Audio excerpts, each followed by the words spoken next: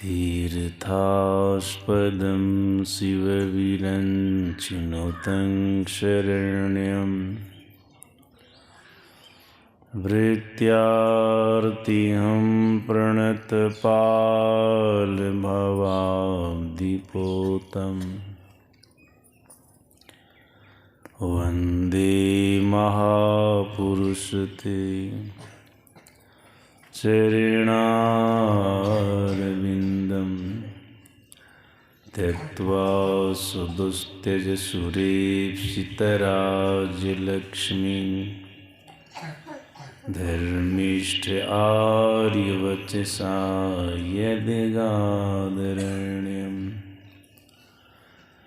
मायामृगं दयितैप्सितमन्वधावत् वन्दे महापुरुषते चरणारविन्दम् अखण्डानन्दबोधाय शिष्यसन्तापहारिणे सच्चिदानन्दरूपाय रामाय गुरवे नमः। रविर्वाह्यतमोहन्तिर्स्यान्तर्ध्वान्तमहागुरुः तस्मात् मे हि गुरुं वन्दे हृदयस्थदिवाकरं हृदयस्थदिवाकरं हृदयस्थदिवाकरं। बोलिए प्रेम से श्री सद्गुरु महाराज की जय।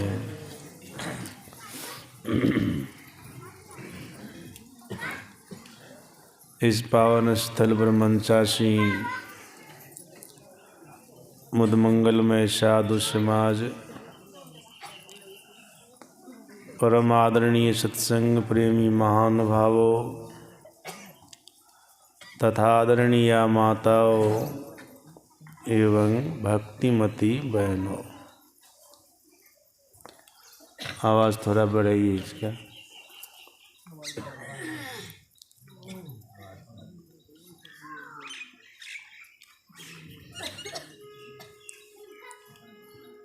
कल अपराह्न काल में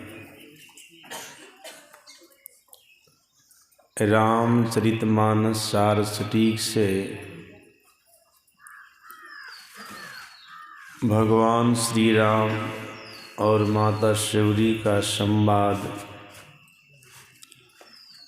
पाठ के रूप में आप सभी लोगों को सुनाया गया था, जिसका विषय बना था परमात्मा की भक्ति।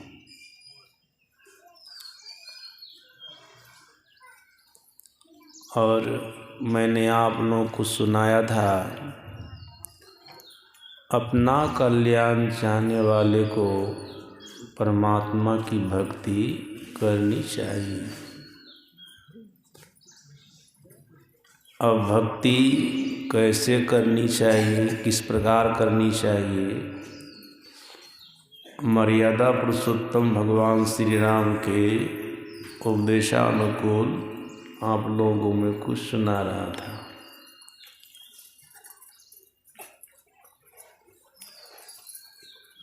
परमात्मा की भक्ति 9 प्रकार से की जाती है। जब कोई 9 प्रकार की भक्ति में पारंगत हो जाते हैं, अर्थात 9 प्रकार की भक्ति को पूरी कर लेते हैं, उन्हीं का परम कल्याण होता है। 9 प्रकार की भक्तियों में सबसे पहली भक्ति संतों का संग है, सत्संग है। दूसरी भक्ति कथा प्रसंग है। तीसरी भक्ति गुरु की सेवा है। यहाँ तक कल मैं अपराह्न काल के सत्संग में सुनाया था, तीसरी भक्ति तक सुनाया था।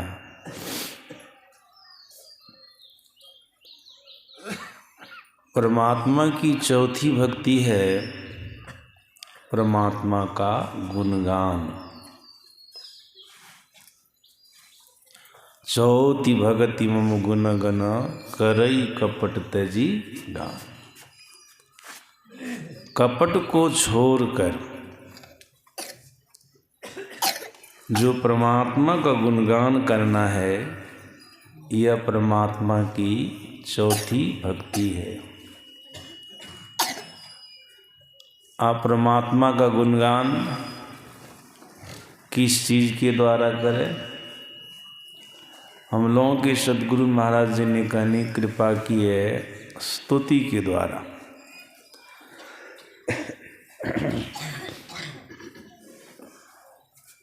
स्तुति के द्वारा परमात्मा का गुणगान होता है। शास्त्रकारों ने, महापुरुषों ने कहने कृपा की है, मानव को उपकारक का गुण गाना चाहिए। जो जिसका उपकार करता है, जो उपकार पाया है, तो उपकार करने वाले का गुणगान करना चाहिए, उनकी प्रशंसा करनी चाहिए।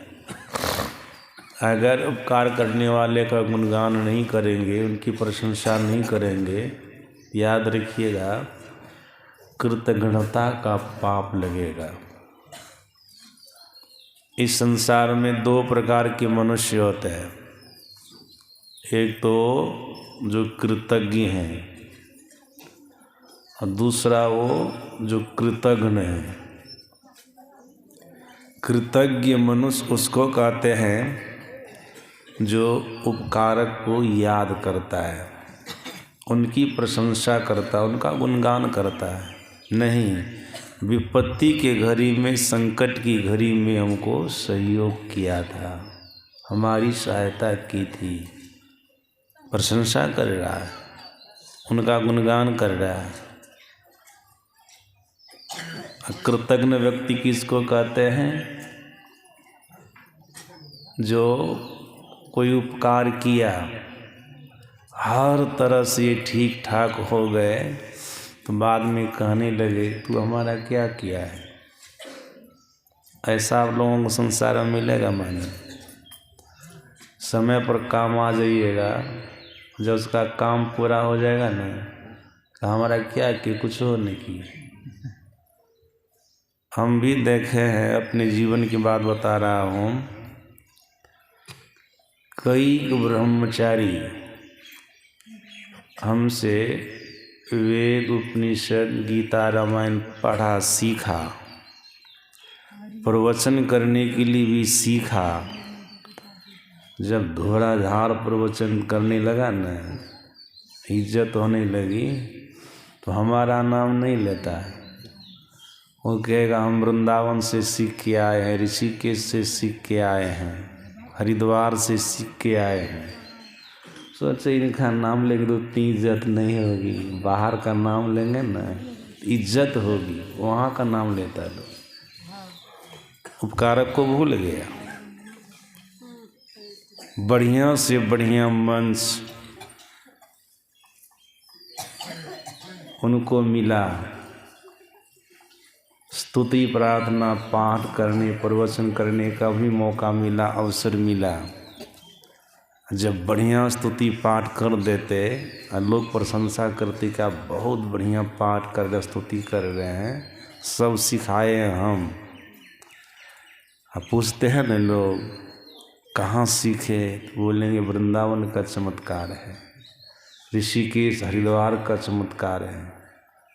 एक बार कुछ लोग ऐसा बोले थे, उनको जो वो बोले हमको सुनाए आदमी, तो उनको मैंने पूछा ये सब चीज़ तो हम सिखा दिए थे पहले, ऋषिकेश, वृंदावन, हरिद्वार जाने से पहले, तो फिर उधर का नाम लेते हैं, हमारा नाम नहीं लेते हैं।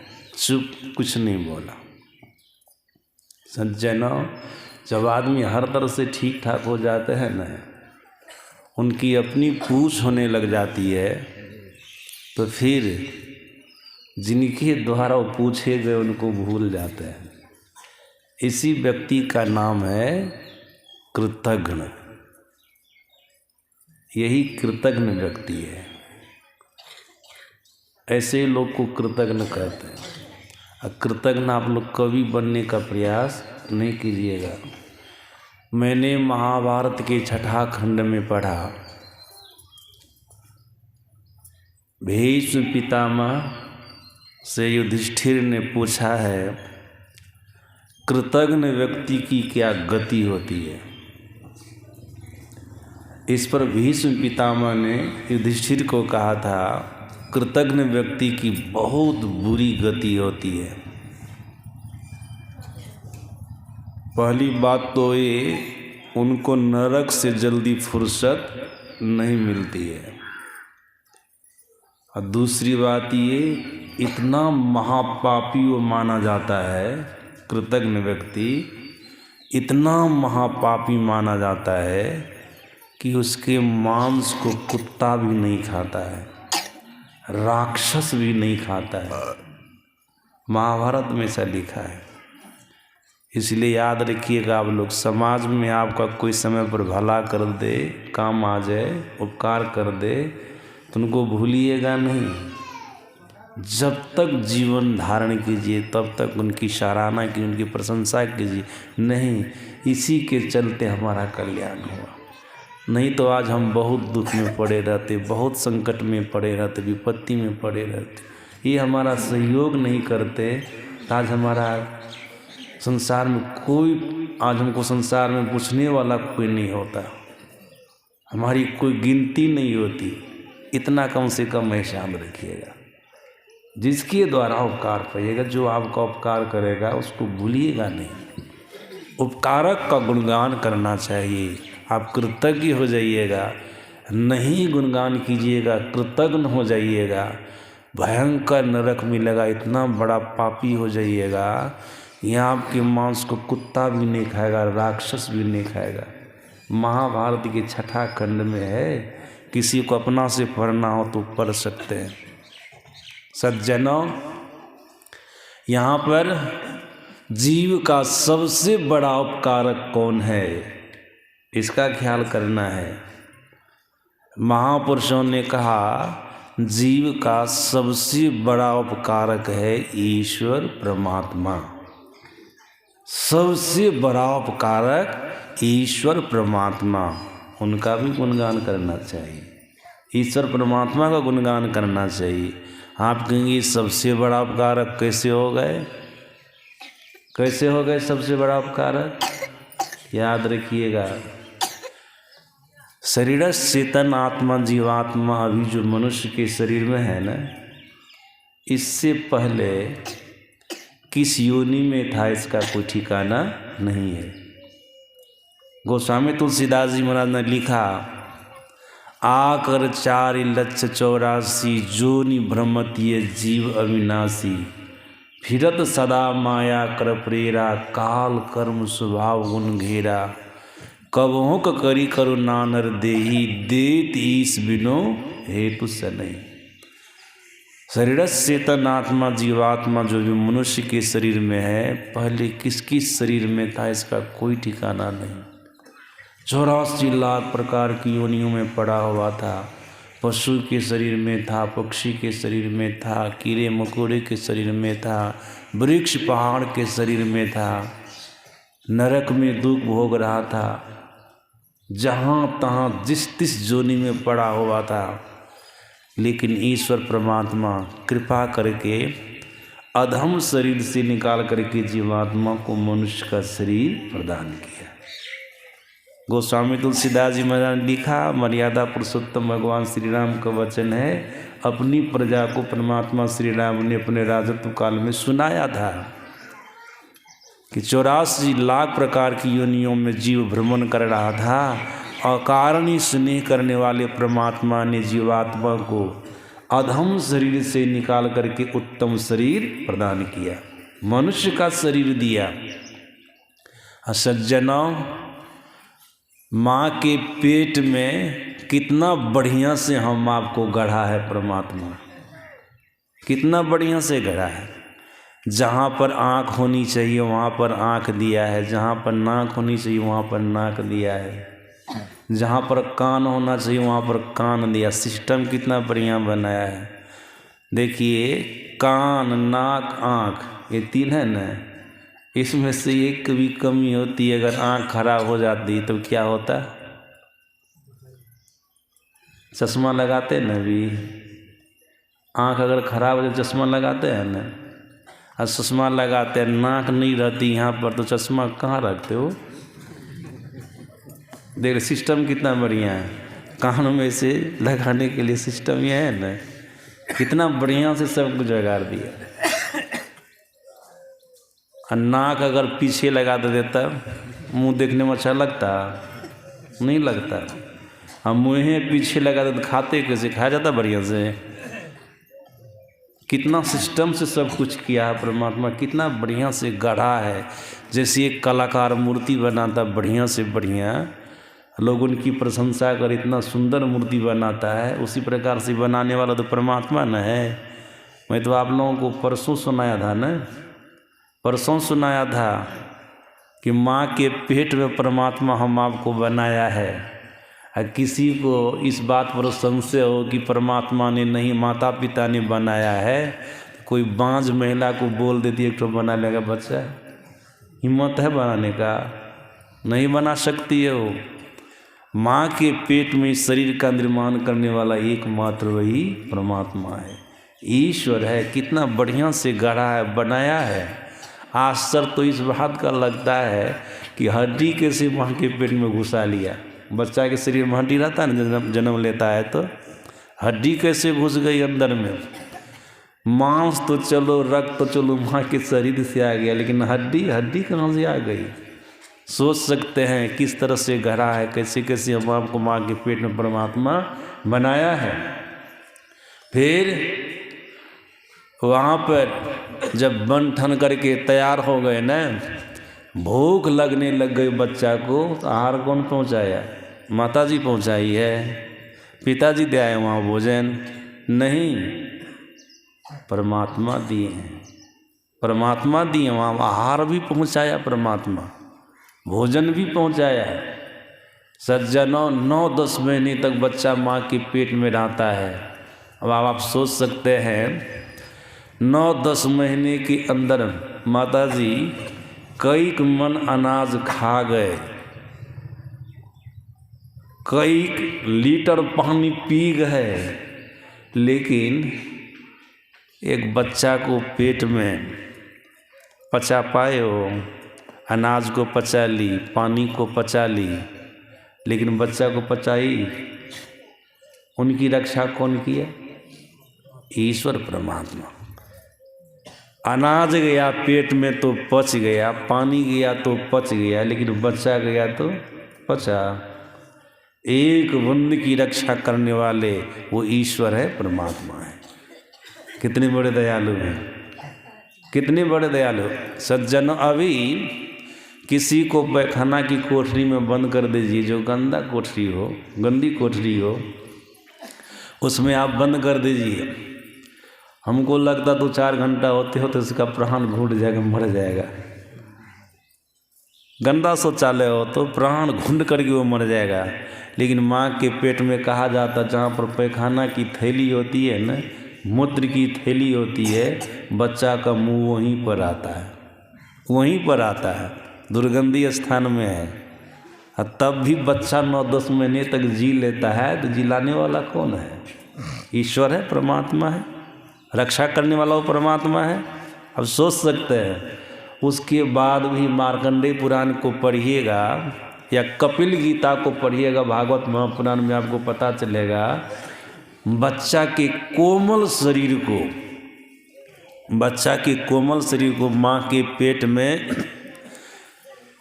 खून का कीड़ा, पेशाब का कीड़ा, पैखाना का कीड़ा काटता है। बच्चा कभी कभी चिल्लाने लग जाता अंदर में, देखते ना कभी कभी बच्चा माँ के पेट में हिलने डुलने लगता है, उसके पेट में दर्द भी हो जाता है, पेट में दर्द भी हो जाता है।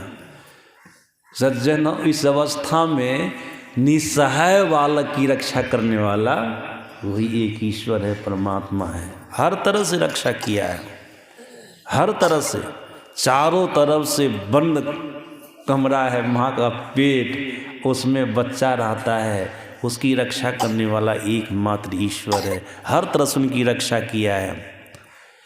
सज्जनों, जब बाहर आया तो देखिए माँ के शरीर में सबसे पहले दूध की व्यवस्था कर दिया। बच्चा को कहीं इधर उधर जाने की ज़रूरत नहीं है। उसी में से किसी माँ को दूध नहीं होता, देखते हैं ना बच्चा के लिए कितनी मुसीबत आ जाती है। दूध की व्यवस्था करने के लिए क्या क्या उनको करना पड़ता है।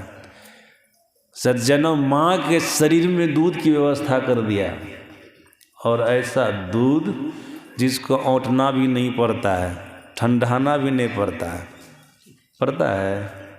बच्चा को जब भूख लगे तब भर पेट दूध पी ले। पेटो जल्दी खराब होता है? पेटो जल्दी खराब नहीं होता। बिल्ले किसी बच्चा का पेट खराब अलग बात है। कैसा दूध जिसको औंटना भी नहीं पड़ता है, ठंडाना भी नहीं पड़ता, मतलब गरमाना भी नहीं पड़ता है, ठंडाना भी नहीं पड़ता है। बच्चा जब चाहे पी ले, मुंह में दांत नहीं, दूधे का ज़रूरत है इनको। दूध की व्यवस्था कर दिए। मुंह में जब दांत हो गया तब एक से एक फल, एक से एक अनाज। कौन दिया है ये सब? परमात्मा ने दिया है। इतना ही नहीं दिया परमात्मा, धरती दिया, जल दिया, अग्नि दिया, हवा दिया, आकाश दिया। किसको दिया? जीव को दिया ना। ये किसका उपकार है? ईश्वर का उपकार है, परमात्मा का उपकार है। सब कुछ सोच रहे हैं आपके लिए परमात्मा, आपको हर तरह से दुख से निकालने का प्रयास कर रहे हैं परमात्मा।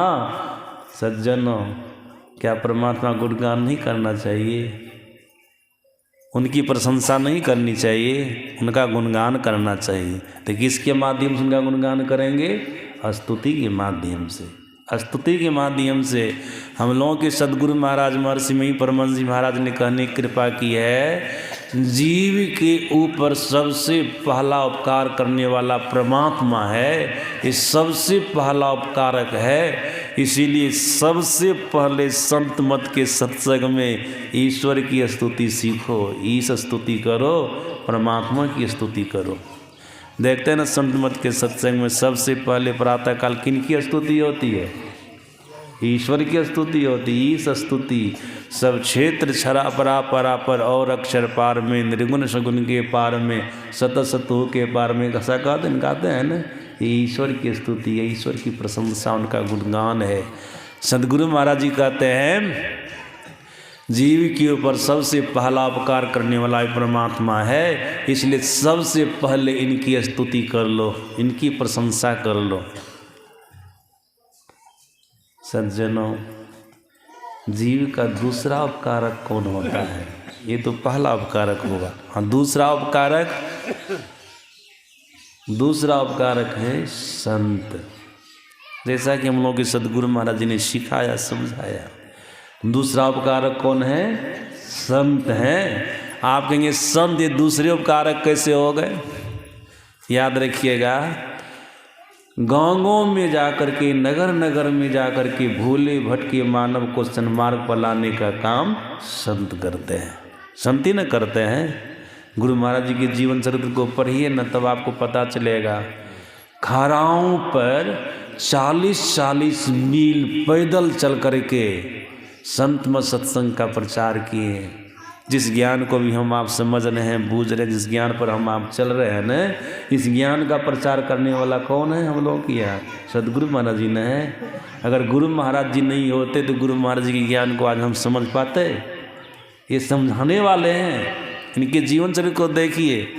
सज्जनों, अभिनव बाबा लोग बढ़िया बढ़िया गाड़ी पर चढ़ते हैं और जहाँ जाते हैं वहाँ पर लिस्ट भी लिखा देते, इतना सामान हमको चाहिए, इतने सेवक हैं और हम लोग ऐसा ऐसा खाते हैं, ऐसा ऐसा पहनते हैं, ऐसा तेल, ऐसा साबुन चाहिए, कहते हैं ना। लेकिन गुरु महाराज जी के जीवन चरित्र को पढ़िए तो आपको पता चलेगा। गुरु महाराज जी अपना सामान लेकर के जाते थे, भोजन की सारी सामग्री।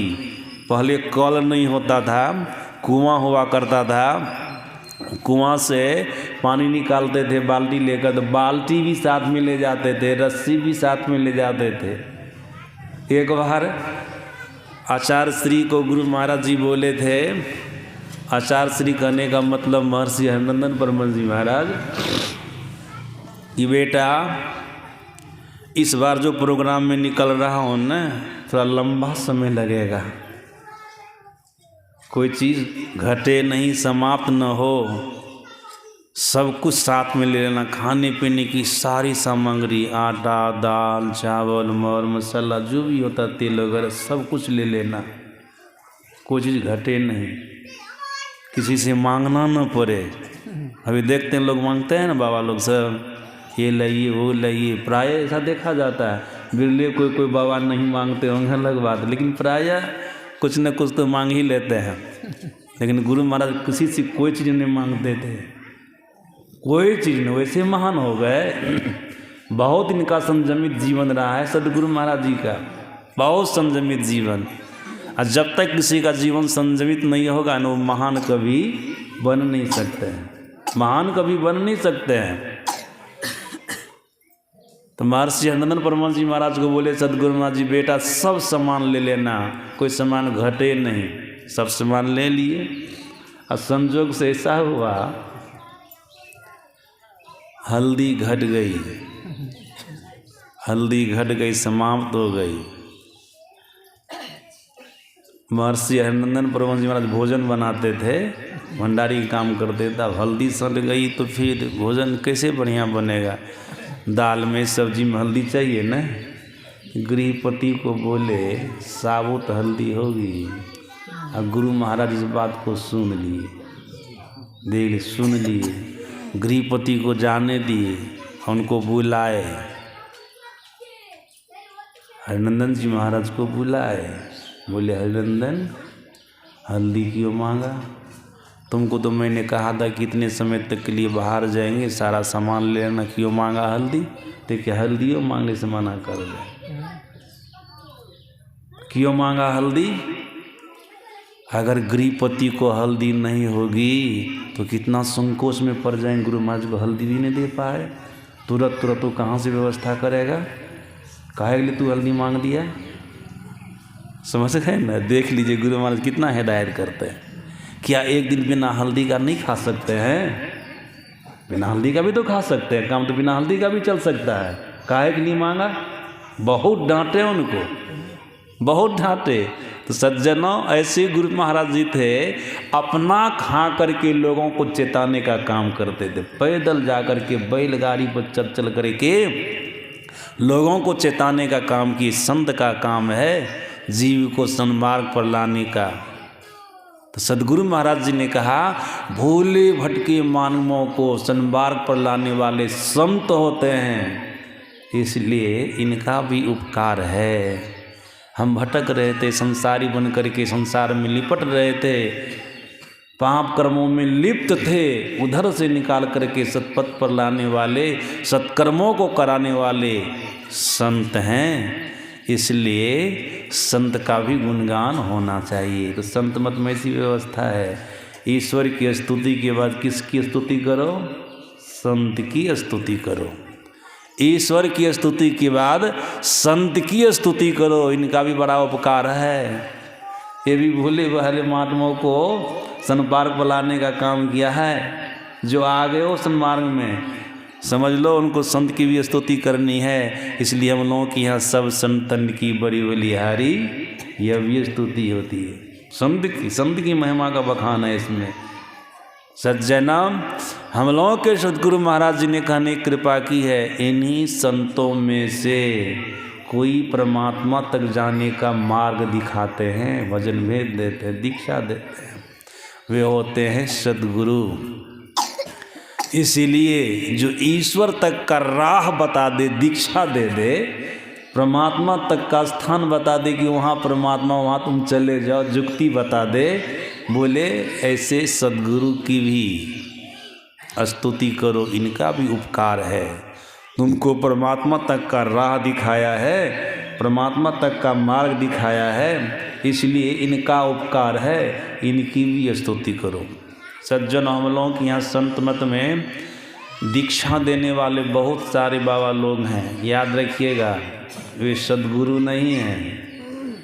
सद्गुरु केवल महर्षि में ही परमहंस महाराज। दीक्षा किसी भी बाबा से ले लीजिए, दीक्षा गुरु भले वो कहलाएंगे, दीक्षा गुरु गुरु महाराज ने इसके लिए हिदायत किया है। हिदायत करने का कारण है, सद्गुरु महाराज जी ने कहने की कृपा की है, सद्गुरु के अंदर में वो सामर्थ्य होना चाहिए जीव के जन्म जन्मांतर के पाप रूपी कीचड़ का शोषण कर ले। हमारे ज्ञान को बतलाने वाले, दीक्षा देने वाले जो होगा, साधु महात्मा या गृहस्थ में कोई भी होगा, हमारे ज्ञान को बतावेगा, अगर हमारे तरह उनको सामर्थ्य नहीं होगा, शक्ति नहीं होगी और अपने आप को सद्गुरु कहलाने लग जाएगा, तो फिर क्या होगा? तो वही ना होगा। कोई आदमी जिसके शरीर में बल नहीं है, कीचड़ में फंसा हुआ है आदमी, उसको निकालने के लिए गया, वो तो बेचारा मरिए रहा है, इस जगह निकालने के लिए भी फंस जाएगा उसमें, ये ना होगा। सामर्थ्य तो है नहीं, शक्ति तो है नहीं, कीचड़ में फंसे हुए आदमी को निकालने के लिए सामर्थ्य चाहिए ना, बल चाहिए। नदी में कोई डूब रहा है और डूबने वाले आदमी को कोई निकालने के लिए जा रहा है, तो अपना तैरने के लिए बढ़िया से जानेगा तब न जाएगा निकालने के लिए, नहीं तो वही पकड़ लगा भड़पन, बस उधर जाइए, आपको भी लेके चला जाएगा। ऐसा होगा ना। तो गुरु महाराज जी ने कहा, संत मत के साधुओं को और गृहस्थों को भी दीक्षा देने का आदेश दिया है। तो कहा, तुम लोग सद्गुरु मत बनना, सद्गुरु हम ही को रहने देना, दीक्षा गुरु बन करके तुम लोग रह जाना। गुरु महाराज दयालु न है, अपने शिष्य के ऊपर पूरा भार नहीं देते, इधर ही रहने दो, इधर सामर्थ्य है, शक्ति है। पापी से पापी व्यक्ति भी आ जाएगा ना, उनके पाप को धोने की शक्ति हमारे अंदर में है। गुरु महाराज जी का कहना है, तुम्हारे अंदर में नहीं है।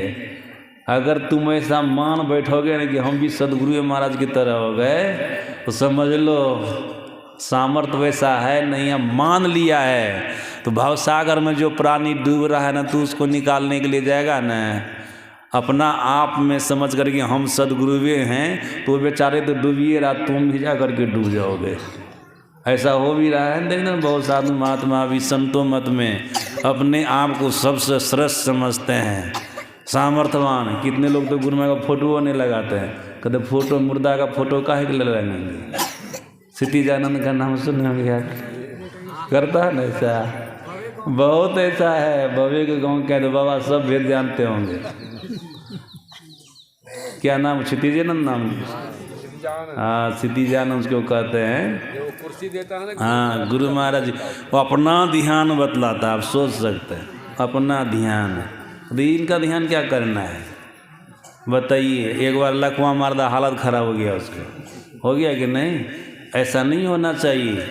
सद्गुरु महाराज जी ने कहा, गुरु हम ही को रहने दो, सद्गुरु हम ही को रहने दो, गुरु दीक्षा गुरु तुम बन जाओ। सज्जना, संत मत में आप किसी भी बाबा से दीक्षा लीजिएगा तो भले दीक्षा गुरु वो कहलाएंगे, वैसे एक ज्ञान भी सिखलाने वाले कोई गुरु होते हैं, लेकिन सद्गुरु कौन है? गुरु महाराज जी।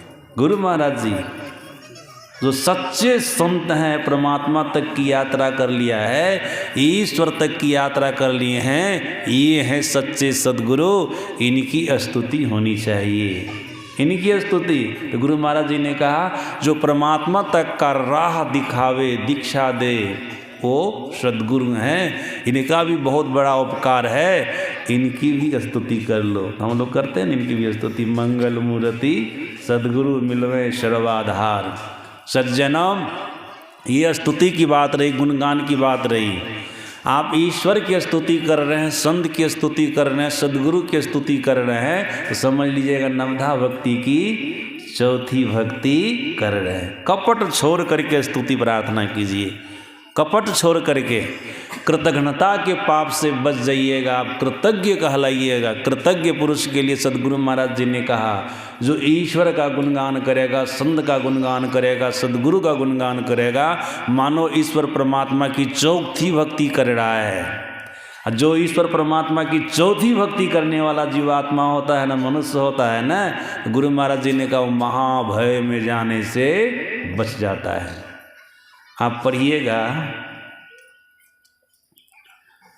महर्षि मिहि वचनामृत द्वितीय खंड से अष्टम खंड तक स्वामी व्यासानंद जी महाराज ने इस पुस्तक का संकलन किया। गुरु महाराज जी का प्रवचन है इसमें, उसमें एक शीर्षक है उपकारक का गुणगान करना चाहिए। उसी में आप जो है ना प्रवचन को पढ़िएगा तो गुरु महाराज जी ने कहा स्तुति प्रार्थना करने मात्र से जीव महाभय में जाने से बच जाता है। महाभय, अब महाभय क्या है? महाभय है मनुष्य शरीर से नीचे गिर जाना, 84 में चला जाना, 84 में चला जाना, ये महाभय है। लेकिन स्तुति प्रार्थना करने वाला जीवात्मा महाभय में जाने से बच जाता है। आप कहेंगे क्या कारण है कि स्तुति प्रार्थना करने वाला महाभय में जाने से बच जाता है? इसका भी खुलासा सदगुरु महाराज जी ने किया है। इसका क्या खुलासा है? क्या सदगुरु महाराज जी ने कहा जो ईश्वर परमात्मा और महापुरुषों का गुणगान करता है ना, स्तुति प्रार्थना करता है ना, उनको ईश्वर परमात्मा का परोक्ष ज्ञान हो जाता है। समझ रहे हैं आप लोग? परोक्ष ज्ञान का मतलब क्या होता है? कोई बता सकते हैं? मैं आप लोगों को सुनाया था, कल की परसों सुनाया था। परोक्ष ज्ञान का मतलब होता है सुनी सुनाई ज्ञान, या पढ़ कर के जो ज्ञान प्राप्त करते हैं, ये परोक्ष ज्ञान होता है। किसके बारे में? ईश्वर परमात्मा के बारे में। तो स्तुति प्रार्थना करने वाले को ईश्वर परमात्मा का परोक्ष ज्ञान हो जाता है, बौद्धिक ज्ञान हो जाता है। यही कारण है कि महाभय में जाने से बच जाता है। बिल्कुल आप लोग हृदय में दृढ़ निश्चय कर लीजिएगा, हम स्तुति प्रार्थना रोज करते रहेंगे ना, स्तुति प्रार्थना सुबह शाम स्तुति प्रार्थना करते रहेंगे। ध्यान जितना आपसे बना वो भी किए, जल्दी तो ध्यान बनता नहीं है, लेकिन करना तो वो भी है। जितना बना किए, कम से कम स्तुति प्रार्थना भी नियमित रूप से आप करते रहेंगे ना, तो मरिएगा तो दोबारा आपको मनुष्य का शरीर मिलेगा। आप मनुष्य शरीर से नीचे नहीं गिरेगा। गुरु महाराज जी बोल रहे हैं ना, स्तुति प्रार्थना करने वाला जीवात्मा महाभय में जाने से बच जाता है। महाभय में नहीं, 84 में नहीं जाता है, उनको मनुष्य का ही शरीर मिलता है। ये चौथी भक्ति है, और चौथी भक्ति का ये परिणाम है कि चौथी भक्ति करने वाला जीवात्मा जो है उनका मनुष्य शरीर सुरक्षित हो जाता है, वो मनुष्य शरीर से नीचे नहीं गिरता है। सज्जनों, आप लोगों का तो सौभाग्य है, भाग्य है, सत्संग मंदिर है ना। घर में नहीं कर सकिएगा रोज नियमित रूप से, सत्संग मंदिर में आ जाएगा, रोज हो जाएगा स्तुति प्रार्थना। कर सकेंगे कि नहीं? छोड़िएगा नहीं। होता है तो लोग आएगा तब ना। कितने लोग आते हैं? देखिए बाबा का प्रवचन हो रहा था इसी ध्यान साधना शिविर में, सत्संग हॉल में, मोबाइल में देख रहे थे, रात में देख रहे थे, इनका प्रवचन डाला है ना ये सब। तो लोग कितने हैं? अपराह्न काल कैसे सत्संग होगा लगता है, 15-16 गो आदमी था, इससे ज़्यादा आदमी नहीं था। अभी तो विशेष रूप से अंतिम है तो सभी लोग आ गए हैं, 15-16 आदमी, ज़्यादा नहीं। अब आप सोच सकते भोर में कितना आया होगा लोग, यही आए 10-15 आदमी होंगे, और क्या होंगे। इतने सत्संगियों में 10-15 आदमी सत्संग मंदिर में आए, स्तुति प्रार्थना में, सत्संग में, ठीक बात है। याद रखिएगा, आप लोग आइए स्तुति प्रार्थना में, सत्संग मंदिर में, ठीक ना। अगर स्तुति में भी रोज भाग लेते रहिएगा ना, स्तुति में भी जितना बने, घर में भी बैठ करके आप ध्यान कर लेते हैं, जितना बनते हैं कर लीजिए, उसको भी नहीं छोड़ना है। गुरु महाराज जी का आदेश है ना, उनकी आज्ञा है, ध्यान करना, सत्संग करना है। जितना ध्यान बनता है घर में करते रहते, हर वक्त तो मंदिर में नहीं आना है, लेकिन सुबह शाम स्तुति प्रार्थना करके कर लीजिएगा ना, बिल्कुल मन में बना के रखिएगा, हम मनुष्य शरीर से नीचे नहीं गिरेंगे, हमको मनुष्य का शरीर मिलेगा। मनुष्य शरीर का परित्याग करेंगे तो दोबारा हमको मनुष्य का शरीर ही मिलेगा, मनुष्य शरीर से नीचा नहीं गिरेंगे। सज्जन, ये चौथी भक्ति है परमात्मा की, उनका गुणगान। और गोस्वामी तुलसीदास जी महाराज ने लिखा, कागु सुनी ने गरुड़ जी से कहा, परमात्मा का गुणगान करने वाला जो आदमी होता है न, तो परमात्मा का बड़प्पन उनको जानने में आ जाता है। जाने बिनु नहीं होई प्रतीति, बिनु प्रतीति होई नहीं प्रीति, प्रीति बिना जो भक्ति दृढ़ाई, सुनु खगे जल के जिगनाई। जब स्तुति प्रार्थना करेंगे ना तो परमात्मा के प्रति विश्वास होगा, आस्था होगी, भक्ति करने की इच्छा होगी, प्रेम जागृत होगा। अब प्रेम के साथ जब उनकी भक्ति करेंगे ना तो भक्ति में आप सफल हो जाएंगे। प्रेम बिना जो भक्ति है सोने डिम्ब विचार, उद्र भरण के कारणे जन्म गमायो सार। प्रेम के साथ परमात्मा की भक्ति जो करते हैं ना उसमें वो सफल हो जाते हैं, भक्ति में पूर्णता हो जाती है। इसलिए हम लोग देखते हैं ना अपराह्न काल के सत्संग में, रात्रि काल के सत्संग में विनती का पाठ करते हैं तो क्या कहते हैं? ऐसा थोड़े गुरुदेव से मांगते हैं कि गुरुदेव केवल भक्ति दीजिए, नहीं, प्रेम भक्ति गुरु दीजिए।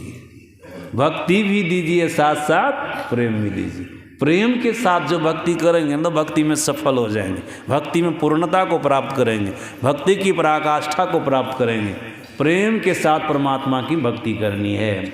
अब प्रेम पाने के लिए स्तुति कीजिए, ईश्वर के प्रति, संत के प्रति, सद्गुरु के प्रति विश्वास होगा, आस्था होगी, प्रेम होगा, उसके साथ भक्ति करेंगे तो भक्ति में सफल हो जाएंगे, मनुष्य शरीर सुरक्षित हो जाएगा। ये सब फल है चौथी भक्ति का। सज्जना, पांचवी भक्ति क्या है? नवभक्ति की पांचवी भक्ति मंत्र जाप मम दृढ़ विश्वासा, पंचम भजन सो वेद प्रकाशा। परमात्मा की पांचवी भक्ति है मंत्र का जाप, विश्वास के साथ मंत्र का जाप करना है। और सद्गुरु महाराज जी ने और कुछ कहा है। सद्गुरु महाराज जी ने क्या कहा? पांचवी भक्ति के अंदर मंत्र का जाप तो है ही, साथ साथ रूप का ध्यान भी है। ये भी पांचवी भक्ति के अंतर्गत ही है, मंत्र का जाप और रूप का ध्यान। मंत्र का जाप और रूप का ध्यान। सज्जनों याद रखिएगा, चौथी भक्ति तक जो दीक्षा लिए हैं वे भी कर सकते हैं, और जो दीक्षा नहीं लिए हैं वे भी कर सकते हैं।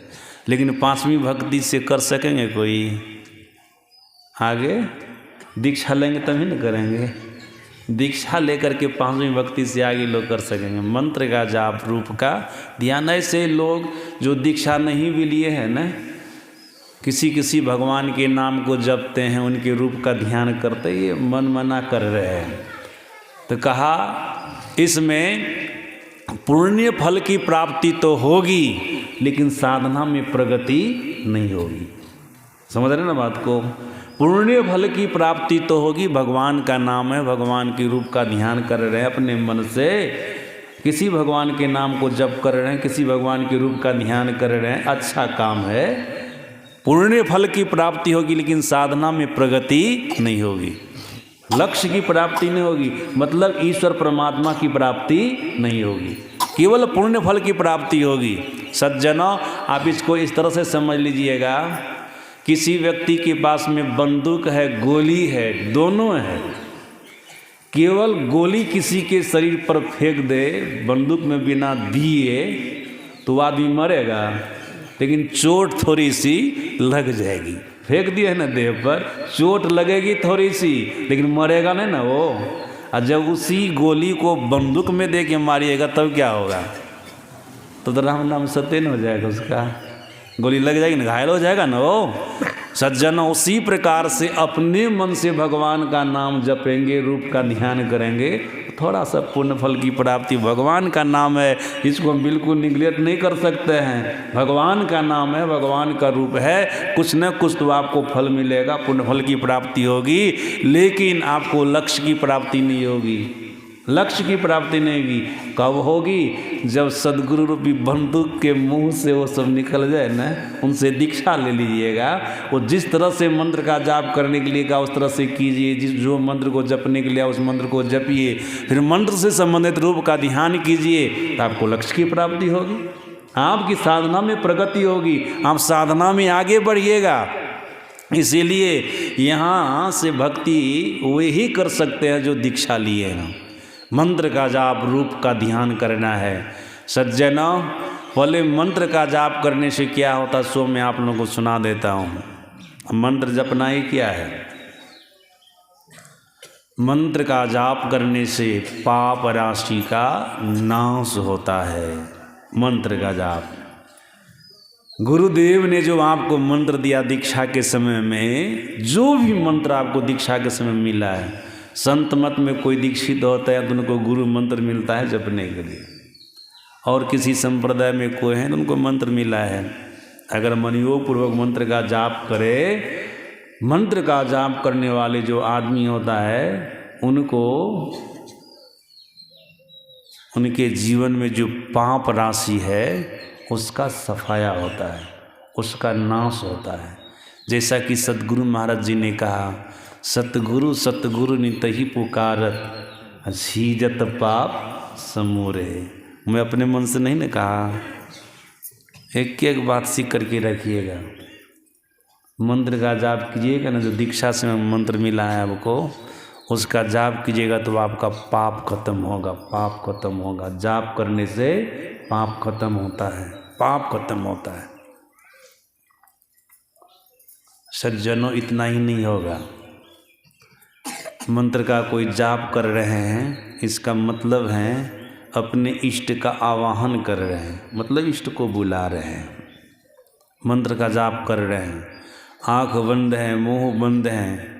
जिस तरह से गुरुदेव ने आँख बंद मुंह बंद करके गुरु मंत्र का जाप करने के लिए कहा, जप रहे हैं, इसका मतलब है आप अपने इष्ट को बुला रहे हैं, अपने गुरु को बुला रहे हैं। सज्जनों, मंत्र का जाप करना आपका सार्थक तब माना जाएगा जब मंत्र से संबंधित इष्ट का दर्शन आपको अपने भीतर में हो जाएगा। समझ रहे ना बात को? तब पूर्ण रूपेण सार्थक माना जाएगा। नहीं, आप सही में जपे, इष्ट आपके सामने में आकर के आपको दर्शन दिया है। और याद रखिए, आकर के कहाँ से दर्शन देंगे इष्ट? जिस मंत्र को हम आप जपते हैं ना, उसी मंत्र में इष्ट समाया हुआ होता है। इसको इस तरह से समझिएगा, बीज के अंदर में पौधा समाया हुआ रहता है। अब बीज को हाथ में लेते हैं, किसी भी पौधे के बीज को हाथ में लेते हैं तो पौधा दिखता है, गाछ दिखता है? नहीं दिखता है। जब उसको धरती में गाड़ देते हैं तब कुछ दिनों के बाद पौधा दिखता है, गाछ दिखता है। जो पहले नहीं दिख रहा था बीज में, कुछ दिन बीता, धरती के भीतर गाड़ दिए तो पौधा दिखने लग गया। पौधा दिखने, बीज के अंदर में वृक्ष था, पौधा था, लेकिन दिखता नहीं था। जब धरती के तौर में दे दिए ना तो वो पौधा दिखने लग गया, पौधा दिखने लग गया। सज्जनों, उसी प्रकार से मंत्र के अंदर इष्ट रहता है, इष्ट समाये हुए हैं उसमें, लेकिन इष्ट दिखाई नहीं देता है। जिस दिन जपते जपते आपका मंत्र सिद्ध हो जाएगा ना, उसी दिन उस मंत्र से इष्ट प्रकट हो जाएंगे, उसी मंत्र से इष्ट प्रकट हो जाएंगे, आपके सामने में आ जाएंगे। तो आपको होगा, जिनको मैं बुला रहे तो वो आ गया, वो आ गया। मंत्र में शक्ति है इष्ट को प्रकट करने की, इष्ट को प्रकट कर देंगे। गुरु महाराज जी की तस्वीर को यहाँ पर देख रहे हैं ना, जब आपका मंत्र सिद्ध हो जाएगा ना, तस्वीर आपको नहीं दिखेगा, हकीकत में गुरु महाराज जी दिखेंगे। फोटो में जैसा देख रहे हैं ना, बस इसी तरह का गुरु महाराज जी आपको भीतर में दिखेंगे। जिस रूप का आप ध्यान करने, इस रूप का आपने चयन किया है, सज्जनों, मंत्र जब आपका सिद्ध हो जाएगा ना, तो गुरुदेव आपके सामने में प्रकट हो जाएंगे, प्रकट हो जाएंगे। संशय नहीं रखिए इस बात में। मंत्र का अर्थ होता है आवाहन करना, बुलाना। सिद्ध हुआ कि मंत्र इष्ट प्रकट हो गए। महाभारत की कथा में आप लोग कभी सुने होंगे, राजा परीक्षित के पुत्र जन्मेजय सर्प यज्ञ किया था। सर्प यज्ञ क्यों किया था? इसलिए कि संसार के सारे सर्पों को हवन कुंड में मंत्र के माध्यम से बुला बुला करके जला करके ख़त्म कर देंगे।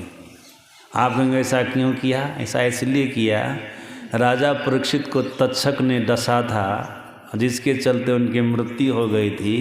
तो सर्प योनि पर राजा परीक्षित के पुत्र जन्मेजय को क्रोध हो गया था। अब संसार में सर्प को रहने ही नहीं देंगे। सांप के काटने पर हमारे पिताजी की मृत्यु हो गई है तो सांप की सृष्टियों को खत्म कर देंगे। क्रोध हो गया था उनको, तो सांप को खत्म करने के ख्याल से सर्प यज्ञ किया था। सज्जन, पुरोहित लोग उसमें जो मंत्र को सिद्ध किए हुए सब पुरोहित थे ना, ब्राह्मण सब थे ना, मंत्र दृष्टा सब जो सिद्ध किए हुए मंत्र को थे, ऐसे ऐसे ब्राह्मण को, पुरोहित को, मनीषी सब को बुलाया था, उसी से यज्ञ करवा रहा था। जब यज्ञ प्रारंभ हुआ ना, सर्प यज्ञ, हो सकता आप लोग कभी टीवी वगैरह में देखे होंगे, एकदम महाभारत में लिखा हुआ है। सज्जना, जब यज्ञ प्रारंभ हुआ ना, तो जहाँ तहाँ से सर्प आता था मंत्र के माध्यम से। मंत्र पढ़ते थे और सर्प सब आता था, मंत्र के द्वारा आवाहन करते थे। सब सर्प का आता था, हवन कुंड में गिर करके जलता था, मरता था, नष्ट होते जाता। कई दिनों तक ये यज्ञ चला। जन्मेजय पुरोहितों को पूछते हैं, जो मंत्र से आवाहन करते थे सर्पों का, उनसे पूछते हैं, जो तक्षक हमारे पिताजी को डसा, जिसके चलते हमारे पिताजी मर गए, वो तक्षक अभी तक हवन कुंड में गिरा है कि नहीं?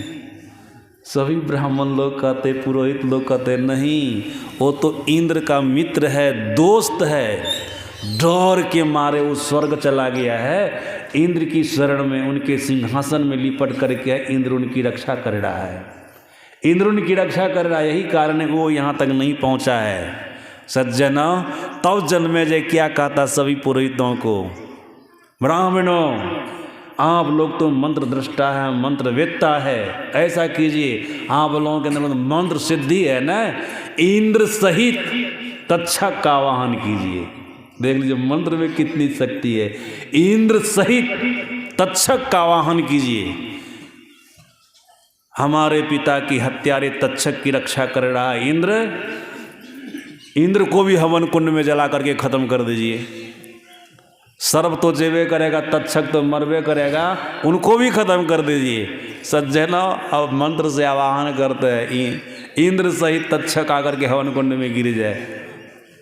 आवाहन किए ना, इंद्र का सिंहासन हिला। इंद्र तो भयभीत हो गया, धीरे धीरे स्वर्ग से सिंहासन नीचे गिरने लग गया।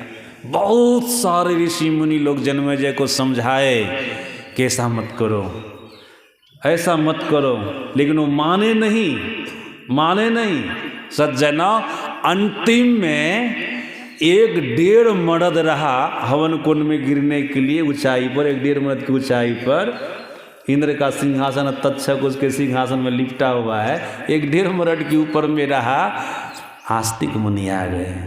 आस्तिक मुनि बढ़िया से समझाए, बोले पहले रोको उनको, कातिष्ठा, रुक गए ऊपर में, समझाए परमात्मा की सृष्टि में सर्प है। अब परमात्मा की सृष्टि अव्याहत रूप से आगे बढ़ती चली जा रही है, सृष्टि करते करते। जन्मेजय, सर्प को तू कभी नष्ट नहीं कर सकेगा, परमात्मा की सृष्टि है। परमात्मा अनंतन की सृष्टि भी उसी तरह की है, साधारण उसका कोई था नहीं पा सकेंगे। बस इनको तुम समाप्त नहीं कर सकता है। अपने ऊपर पाप क्यों ले रहा है? हिंसा का पाप, जीव को मार रहा है। अरे तुम्हारे पिताजी को उसी तरह से मरना ही था, उनका वैसा ही मरना था। श्रृंग ऋषि के शाप से तक्षक उनको डसते उनकी मृत्यु वही हुआ। तो फिर तू अपने ऊपर पाप का भार क्यों ले रहा है, हिंसा का भार क्यों ले रहा है? बहुत तरह से उनको समझाए तो समझ गए। कहा ठीक है, अब सर्प यज्ञ हम बंद करते हैं। तक्षक की रक्षा हो गई, इंद्र की रक्षा हो गई, अब हम सर्प यज्ञ को बंद करते हैं। वो यज्ञ वहीं पर समाप्त कर दिए। तो सज्जनों, ये प्रसंग सुनाने का मतलब मंत्र में वो शक्ति होती है, जिसका नाम लेकर के आप पुकारेंगे ना तो वो आपके पास आवेगा। गाँव समाज में भी देखते हैं ना, आपको किसी को बुलाना होता है तो उनका नाम लेके बुलाते हैं, लेकिन आपका बुलाना सार्थक कब माना जाता है? जब वो आपके पास में आ जाता है। सज्जनों, उसी प्रकार से आप गुरु मंत्र का जाप कर रहे हैं, जब गुरुदेव आपके भीतर में प्रकट हो गए ना, समझ लीजिएगा हमारा बुलाना सार्थक हो गया। हम जो बुला रहे हैं वो हो गया, हमारा काम बन गया। आएंगे नहीं आएंगे सो बात नहीं। जब इंद्र का सिंहासन आ सकता है वेद की ऋचा को कोई सिद्ध कर लिया, उस मंत्र के द्वारा उनका आवाहन किया, इंद्र का आवाहन किया, तक्षक का आवाहन किया, तो इंद्र का सिंहासन आ सकता है क्या? हम आप गुरु मंत्र का जाप कर रहे हैं तो गुरु महाराज हम आपके सामने में नहीं आएंगे? निश्चित रूप से आएंगे। सज्जनों, संपूर्ण पाप को नष्ट करने का सामर्थ्य मंत्र के अंदर में गुरु महाराज जी बोल रहे हैं, सतगुरु सतगुरु नित्य पुकारत छीजत पाप समूरे। मंत्र में वह सामर्थ्य होता है, वह शक्ति होती है। सज्जनों, इतना ही नहीं, जो बढ़िया से मंत्र को सिद्ध कर लिया है ना, कोई मरा हुआ आदमी है, उनके शरीर पर हाथ रख करके या उनके निमित्त से भीतर से मंत्र का जाप करेंगे तो उसके बदौलत वो जी भी जाएगा। समझ रहे हैं ना? उसके बदौलत वो जी भी जाएगा, मरा हुआ आदमी भी जी जाएगा। इसका भी प्रमाण महाभारत ही है। सज्जनों, तक्षक के डसने से पूर्व की बात है, पहले की बात है। तक्षक नहीं डसा था राजा परीक्षित को, उस समय की बात है। भागवत महापुराण की कथा सुन करके राजा परीक्षित अपने राजमहल में गए हैं। भागवत महापुराण में तो ऐसा प्रसंग है कि जहाँ पर कथा सुने सुखदेव जी महाराज से, वहीं पर तक्षक आया, उनको डसा है। कि मैं महाभारत की बात आप लोगों को बता रहा हूँ, वहाँ पर दूसरे तरह का प्रसंग है। राजा परीक्षित अपने घर गए हैं, उनके पुत्र जन्मेजय एक ऐसा भवन का निर्माण कराया है जिसमें धुआं भी प्रवेश न कर सके, और उसी में पिताजी को रहने के लिए देते 7वें दिन। तत्सक इसमें घुसवे नहीं करेगा तो बाप को डसेगा ही नहीं, मरेगा ही नहीं। इसलिए ऐसा भवन का निर्माण कराया था कि धुआं भी उसमें नहीं घुसे। राजा परीक्षित उसी भवन में पड़े हुए थे। तक्षक मनुष्य का शरीर धारण करके और कई सर्प को साथ में लिया था, वो सब भी मनुष्य के शरीर में है। ब्रह्मचारी के रूप में ब्राह्मण के वेश में है, जा रहे हैं डसने के लिए। रास्ते में कश्यप मुनि मिल गए। कश्यप मुनि, कश्यप ऋषि। सर्प सब जो मनुष्य के शरीर में था, उसमें जो तक्षक जो था, कश्यप मुनि से पूछते हैं कहाँ जा रहे मुनि बोले? कश्यप मुनि बोले आज जा रहे हैं राजा परीक्षित के दरबार में। क्या क्यों जा रहे हैं? कहा उसको आज तक्षक डसेगा, उनकी मृत्यु हो जाएगी। तक्षक उनको डसेगा, उनके विष लगने से वो मर जाएंगे। जब वो मर जाएंगे ना, तो फिर मंत्र के माध्यम से उनको हम जिला देंगे। ऐसा जो बोले ना, जिला देंगे। तक्षक का था जो मनुष्य के शरीर में था, ब्राह्मण के शरीर में था। जिस जीव को तक्षक डस लेगा वो मर जाएगा, वो उसका आप जिला दीजिएगा। कहाँ? इसमें कोई संशय न, हमारे मंत्र में भी सामर्थ्य है, हमारे मंत्र में भी सामर्थ्य, हम जिला देंगे। सुनिए, जिला जब देंगे ना तो राजा है ना, वो राजा परीक्षित राजा है, हमको बहुत संपत्ति मिलेगी, बहुत धन हमको मिलेगा, इसी ख्याल से जा रहे हैं। जिलाएंगे, संपत्ति मिलेगी, धन मिलेगा। किसी को जीवन दान देंगे तो साधारण बात है, कोई कृतज्ञ आदमी हो तो भले कुछ हो नहीं दे, कहाँ मला लेता, बाद में लोग धकिया देता है। नीच आदमी ऐसा होता है ना, लेकिन वो राजा है, बढ़िया है, पांडव के कुल के हैं, हमको संपत्ति देंगे, धन देंगे, इसी ख्याल से जा रहे हैं।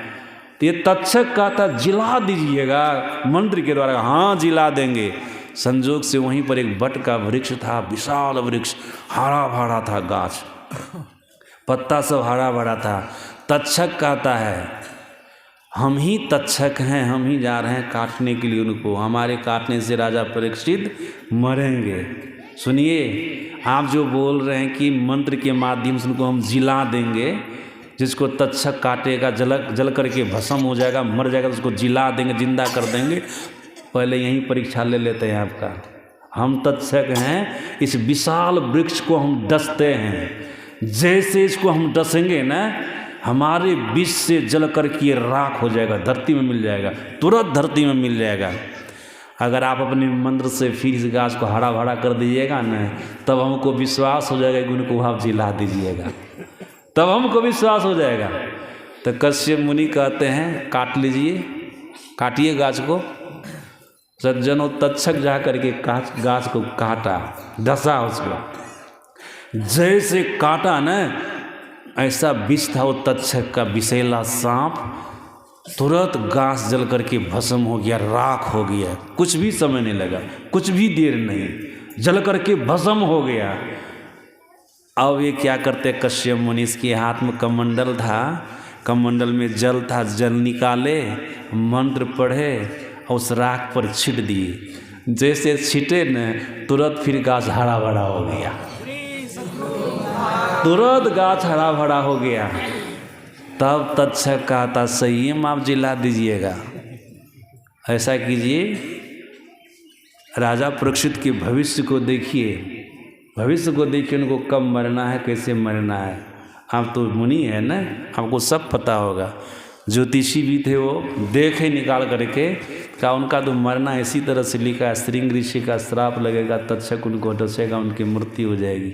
कहा जब परमात्मा का ऐसा विधान है, विधाता का ऐसा विधान है, तो काहे के लिए आप व्यवधान डालने के लिए जाइएगा, पटिया रहे हैं इनको, काहे के लिए जाइएगा। आपको धन न लेना है, संपत्ति न लेना है, ले लीजिए, हम बता देते हैं। एक जगह धन का खजाना था किसी राजा का, उस सब तो सूक्ष्म रूप में रहने वाले हैं, नागलोक के प्राणी है तक्षक सब। जैसे देवता को ज्ञान होता है, वैसे तक्षक सबको, ये नागलोक के प्राणी को भी ज्ञान होता है। याद रखिएगा, जितना सुख साधन स्वर्गलोक में है न, उससे कई गुना सुख साधन नागलोक में है। नागलोक में स्वर्ग से भी विशेष सुख का साधन। और वहाँ के नागलोक के रहने वाले प्राणी इच्छाधारी सर्प होते हैं। नगीना फिल्म आप लोग देखे होंगे ना, देखे होंगे, उसमें तो देखते ना, लड़की बन जाती है, कभी सांप बन जाता है कि ना, वही सब कुछ मनुष्य फिर सांप, तुरंत उसके अंदर वो सामर्थ्य होता है, वो शक्ति होती है शरीर को बदलने की। जैसे देवता के अंदर में, भूत प्रेत के अंदर में सामर्थ्य होता है, शक्ति होती है शरीर बदलने की। सज्जनों से प्रकार से नागलोक के प्राणी सांप को भी शरीर बदलने का सामर्थ्य होता है, शक्ति होती है। शरीर बदल करके जा रहे हैं ना, मनुष्य के शरीर में शरीर बदल करके जा रहे थे। सज्जन जब हरा भरा हो गया ना, तो ये तक्षक का था आपको धने न चाहिए, कहाँ हमको धने चाहिए। लोभी होता ना ब्राह्मण से, लोभी धन के चक्कर में पड़ गया, किसी के जीवन को दान देने जा रहे थे, जाना चाहिए ना उनको, धन के चक्कर में फंस गया। सज्जन अपार संपत्ति का भंडार बता दिए तक्षक, वहाँ से वो लिया संपत्ति, चल दिया, ये निकल गए उनको आप डसने के लिए। संध्या का समय था, रूम के दरवाजे, रूम के पास में जहाँ गेट था ना, वहाँ पर द्वारपाल था, गेट के पास, दरवाजा के पास द्वारपाल था। ये सर्प सब बोलते हैं, राजा परीक्षित को आज सर्प डसता नहीं डसा, दिन बीत गया, संध्या का समय आ गया, हम ब्राह्मण लोग खुशी से उनकी पूजा करने आए हैं। छल से घुसेंगे न अंदर, छल करके घुसेंगे तब न राजा परीक्षित को डसेंगे। तो द्वारपाल सब कहता है नहीं नहीं, अंदर जाने नहीं देंगे, राजा का आदेश होगा तब जाने देंगे। कहा राजा से आदेश ले लो। गए अंदर, द्वारपाल राजा से पूछे, कुछ ब्राह्मण लोग आए हैं, बोल रहे हैं दिन बीत गया, राजा परीक्षित को तक्षक नहीं डसा, हम लोग खुशहाली में आए हैं उनकी पूजा करने के लिए। दिन कैसे बीत गया सज्जनों, 24 घंटे का एक दिन होता है, दिन रात मिला करके। ऐसा थोड़ा है कि दिन बीत गया तो काम खत्म, 24 घंटे तो बहुत समय बाकी है ना, बहुत समय, रात बाकी है, दिन बीता है, रात बाकी है। रात तो मिला करके नहीं एक दिन होता है कि रात अलग गिनते हैं, दिन अलग गिनते हैं। एक महीना गिनते तो 30 दिन होता है ना, 30 दिन में तो रात हो ना आ जाती है, रात तो बचले है, रात तो बाकी है अभी। सज्जन अब देखिए क्या होता है, राजा परीक्षित के भी मन में हाँ सही में दिन तो बीत गया, अब तो ब्राह्मण लोग आए हैं तो फिर उनको पूजा करने के लिए देना चाहिए, ब्राह्मण का दर्शन भी हो जाएगा। यहाँ तो छल हो रहा है। सज्जनों कहा ठीक है आप लोग जा सकते हैं। सज्जनों द्वारपाल गए थे पूछने के लिए, इसी बीच में क्या होता है, ये सर्प 5 की संख्या में थे। तक्षक कहता है आप लोग 4 हैं इधर, एक आदमी हाथ में थाल लीजिए, 2 फल लीजिए, एक फल पर मैं कीड़ा बन करके बैठ जाता हूँ, किसी को पता भी नहीं चलेगा। कीड़ा बन करके बैठ जाता हूँ। वही किया, कीड़ा बन के बैठ गया। आए द्वारपाल का जाइए भेंट कर लीजिए, पूजा कर लीजिए। गए अंदर, राजा परीक्षित की पूजा करने लग गए। सज्जनों देखिए क्या होता है। राजा परीक्षित देखते हैं ब्राह्मण की थाल में 2 फल है। एक फल जिस पर कीड़ा बैठा हुआ नहीं था अपने मंत्री को दे दिया, और जिस पर कीड़ा बैठा हुआ था उसको अपना लिया। मरना तो इसको न है, तो कीड़ा वाला फल तो यही न लेंगे। और वो कीड़ा है कौन, सभी लोग जान गए ना, वही तक्षक है कीड़ा के शरीर में, तक्षक है। सज्जनों ऐसे लिए जैसे कीड़ा को देखे राजा परीक्षित बोला, रे तुम ही तक्षक हो, ये कोई साधारण आदमी है, अभिमन्यु का बेटा है ना, पांडव के वंशज है, साधारण तो है नहीं। पहचान गए। और सुखदेव जी महाराज से कथा सुने थे 7 दिनों तक मनयोग पूर्वक। उनको तो ईश्वर परमात्मा का परोक्ष ज्ञान हो ही गया था, साधारण लोग तो थे नहीं। अरे पहचानने की शक्ति आ गई इनके अंदर में कथा के प्रभाव से। तू ही तक्षक है, कीड़ा बन कर के आया है। चलो ये तो हमारे पुत्र हमारी रक्षा के लिए इस तरह के भवन का निर्माण किया था, लेकिन अब हमको तुम्हारा भय नहीं है, तुम्हारा डर नहीं है। मैं 7 दिनों तक अपने गुरुदेव सुखदेव जी महाराज से ईश्वर परमात्मा की कथा सुना, हमको ईश्वर परमात्मा का ज्ञान हो गया है, और मैं तुमसे मतलब तक्षक के भय से मुक्त हो गया। अब हमको तुम्हारा भय नहीं, तुम्हारा डर नहीं है। आओ हमारे गले से लग जाओ और हमको डस लो। ऐसे गला से लगाया और तक्षक अपने रूप में आकर के राजा परीक्षित को डसा, उनकी मृत्यु हो गई। सज्जनों इधर तो आगे मैं बढ़ गया आप लोगों को प्रसंग पूरा करने के लिए, नहीं तो आप लोगों में से किसी के मन में आगे क्या होगा, इसलिए इतना तक सुना दिया। लेकिन सुनाना ये हमको था कि देख लीजिए जो वृक्ष जल करके भस्म हो गया था, मंत्र के द्वारा उनको जीवन निंदा कर दिया ना। इसलिए मैंने आपको कहा अगर आपका मंत्र सिद्ध हो जाएगा ना तो मरे हुए आदमी को जीवित भी कर सकते हैं। गोस्वामी तुलसीदास जी महाराज के बारे में आप लोग कभी सुने होंगे। इनके जिन जीवन चरित्र में एक प्रसंग आता है। इनके समय में एक पतिव्रता स्त्री थी, उनके पति का देहांत हो गया, मर गए। और उस समय सती प्रथा थी, पति मर जाते थे तो पत्नी को भी पति के साथ में जल करके भस्म होना पड़ता था। सती प्रथा थी। पतिव्रता स्त्री के पति मर गए, समाज के लोग उनके पति को श्मशान घाट लेके चले गए। अब पीछे से ये जा रही थी सती होने के लिए। रास्ते में गोस्वामी तुलसीदास जी महाराज की कुटिया पड़ती थी। तिनके मन में हुआ पति मर गए, उनके साथ में जल करके भस्म हो जाऊंगी। अंतिम में संत की कुटिया है, गोस्वामी तुलसीदास जी महाराज की कुटिया है, इसमें वो रहते हैं, इनको प्रणाम कर लेते हैं, संत को प्रणाम कर लेते हैं। अंतिम में मर तो जाना ही है, जल तो जाएंगे ही, अंतिम में प्रणाम कर लेते हैं। सज्जनों गए प्रणाम करने के लिए। गोस्वामी तुलसीदास जी महाराज उस समय ध्यान से उठवे किए थे। आप लोगों को भी किसी महापुरुष से आशीर्वाद लेना हो ना, जब तब आशीर्वाद लेने का प्रयास नहीं कीजिएगा। देखिएगा ध्यान करके उठे न, उससे में जाएगा आशीर्वाद मांगने के लिए। उस समय जो बोल देंगे ना, वो उनका मन सिमटा हुआ रहता, उस समय प्रभु से उनका तार जुड़ा हुआ रहता। उस समय जो बोल देंगे ना वो हो ही जाएगा, वो हो ही जाएगा। आशीर्वाद लेने का भी ढंग है। लोग कभी कभी विश्व सभा में कहता हुआ अपना हाथ माथा पर दीजिए ना, आशीर्वाद दीजिए ना, ऐसे आशीर्वाद होता है? ऐसे नहीं होता, ज़बरदस्ती नहीं लिया जाता, हृदय से लिया जाता, प्रेम से। सज्जनों ध्यान से उठवे के थे गोस्वामी तुलसीदास जी महाराज, उनको प्रणाम करती है। गोस्वामी तुलसीदास जी महाराज के मुंह से तुरंत निकल गया सुहागवती भवा। ऐसे जो बोल दी न सुहागवती भवा, तब वो स्त्री कहती है, पतिव्रता स्त्री कहती है, आप क्या करें, हमारा सुहाग तो चला गया श्मशान घाट, वो तो मर गए हमारे पति, हम सुहागवती भवा कैसे हो गए? आपका आशीर्वाद तो झूठा हो जाएगा। वो स्वामी तुलसीदास जी महाराज को होश वारे, तुम्हारे पति मर गए। कहाँ मर गए? श्मशान घाट चला गया। हम जा रहे उनके साथ जलने के लिए, सोचे आपको प्रणाम कर लेते हैं। अंतिम में आए तो आप तो हमको सुहागवती भवा का आशीर्वाद दे दिए। कहा चलो, संत वचन पलटे नहीं, पलट जाए ब्रह्मांड।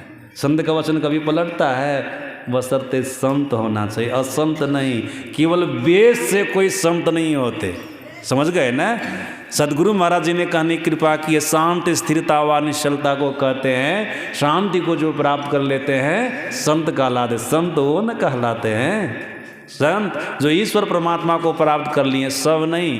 विद्यते हृदय ग्रंथि सिद्ध्यंते सर्व संशया क्षीयंते चास कर्माणि तस्मिन् दृष्टे परावड़े। जो पड़े से पड़े तत्व को जाना है, अपने हृदय पर से जड़ चेतन की ग्रंथि को खोला है, अपने हृदय के सारे संशयों को दूर किया है और अपना कर्म नष्ट कर डाला है, वे ही संत होते। संत सब नहीं होते हैं, संत सब नहीं होते हैं। सज्जनों, ये तो असली संत थे, इनके मुंह से वचन निकल गया है तो वृथा होगा वो कभी, वो वचन कभी कटने वाला नहीं है। सज्जनों देखिए, गोस्वामी तुलसीदास महाराज ने कहा चलो तो तुम्हारे पति के पास मैं भी चलता हूँ। गए वहाँ पर, सब लोग तो सठी को रखे थे, अर्थी को रखे थे, उस पर मुर्दा बंधा हुआ ही था। गोस्वामी तुलसीदास जी महाराज कहते हैं ये जो बंधा हुआ मुर्दा है ना, इसकी रस्सी को खोल दो। खोल दिए, सफ़ेद कपड़ा तो देते हैं ना लाश के ऊपर, का इस कपड़ा को हटा दो, कपड़ा को भी हटा दिया।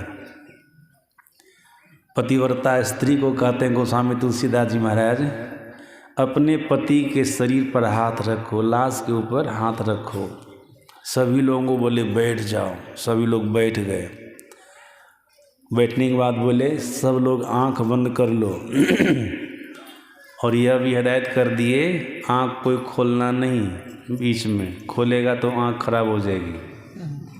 हिदायत कर दिए न, खोलेगा तो आंख खराब हो जाएगी, हिदायत कर दिए। और बोले मैं जो जो बोलूँगा आप लोग बोलिएगा हमारे साथ, और पतिव्रता स्त्री को भी कहा आप भी बोलिएगा। सज्जनों, गोस्वामी तुलसीदास जी महाराज का मंत्र था सीता राम।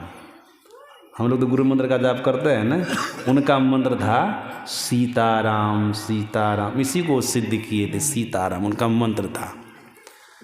वो सीताराम सीताराम बोलने लगे तो जितने जलाने के लिए लोग गए दिन सब बोल रहे हैं। वो जो पतिव्रता स्त्री थी ना, वो भी बोल रही है। गोस्वामी तुलसीदास जी महाराज ने कहा था सबको बोलने के लिए, वो भी बोल रही, सभी लोग जलाने वाले जो भी थे सब बोल रहे हैं। कुछ देर तक तो बोले, उसके बाद क्या हो गया, वो जो मुर्दा था ना वो जिंदा होकर के बैठ गया, वो भी सीताराम सीताराम जपने लगा। देखना मंत्र में है ना सामर्थ्य, बड़ा हुआ मैं से कह दिए आप लोग सुन लेने, कुछ ना कुछ प्रमाण होना चाहिए ना। प्रमाण नहीं देंगे तो लोगों के अंदर में संशय बना रहता है, संशय बना रहा था। वो भी आदमी सीताराम सीताराम कहने लगा, इतने में हल्ला हो गया, एक आदमी अंधा हो गया।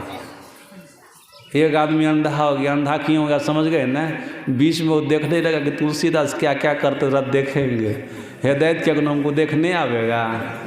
उनको पता नहीं था कि अंधा भी हम हो सकते हैं, अंधा भी हो सकते हैं। ढीठगढ़ कितना लोग होता है ना समाज में, देखते हैं ना ढीठ लोग, उसको जो मना कीजिएगा ना वही करने के लिए जाएगा, जो मना कीजिएगा वही वो करना चाहेगा। वो नीच आदमी का ऐसा स्वभाव होता है, और उसी का अनुभव भी होता है। अनुभव हो गया ना, हाहाकार मच गया। जिनके पति थे उनको पता चला, उनकी पत्नी दौड़ी हुई आई तुलसीदास जी महाराज के पास कि आप जब मुर्दा को जिंदा कर सकते तो हमारे पति की आँख को भी ठीक कर दीजिए, क्षमा कर दीजिए उनको। कहा संत का वचन झूठा नहीं ना होता है, कहा कुछ भी तो उपाय कीजिए। तब गोस्वामी तुलसीदास जी महाराज ने कहा हाँ उपाय करूँगा, ऐसा उपाय करूँगा दोनों का काम चले, दोनों का काम चले, मतलब पति पत्नी दोनों का काम चले। तुम्हारा भी काम चलेगा और तुम्हारे पति का भी काम चलेगा। क्या कैसे चलेगा? का ऐसा होगा कि दोनों आँख से अंधे हैं ना तुम्हारे पति, एक आँख तुम्हारी खराब हो जाएगी, एक आँख उसकी ठीक हो जाएगी, और दोनों के काम चलेगा ना। तो वही कर दिए, एक आँख पति का ठीक कर दिए, पत्नी का गड़बड़, दोनों का काम। सज्जन तो मंत्र में वह शक्ति होती है, वह सामर्थ्य होता है कि मुर्दा को भी जिंदा कर दे, अगर सिद्ध हो जाएगा तब। अब विशेष बात तो ये आपके जीवन में होगी, मंत्र आपका सिद्ध हो जाएगा ना तो आपका इष्ट आपको आकर के दर्शन देंगे। सज्जन जिस जीवन काल में आपका मंत्र सिद्ध हो गया, आपको इष्ट आकर के भीतर में दर्शन दे दिए, याद रखिएगा एक सधे सब सधे। परमात्मा अनंत है, परमात्मा का नाम अनंत है और सारे नाम मंत्र कहलाते हैं। एक नाम को सिद्ध कर लिए ना तो सारा नाम आपका सिद्ध हो जाएगा, सारा नाम आपका सिद्ध हो जाएगा। गुरु मंत्र को सिद्ध कर लिए ना, 33 करोड़ देवी देवता में से जिसको आप बुलाएंगे, जिसका आप चिंतन करेंगे, उसको आना चाहिए, वही आपके सामने में आ जाएंगे, वही आपके सामने में आ जाएंगे। ऐसा नहीं कि गुरु मंत्र को सिद्ध किया तो केवल गुरु महाराज जाएंगे। सज्जन दुर्वासा ऋषि ने कुंती को बताया था न कृष्ण मंत्र, वो कृष्ण मंत्र का जाप करती इसको सिद्ध कर लेती।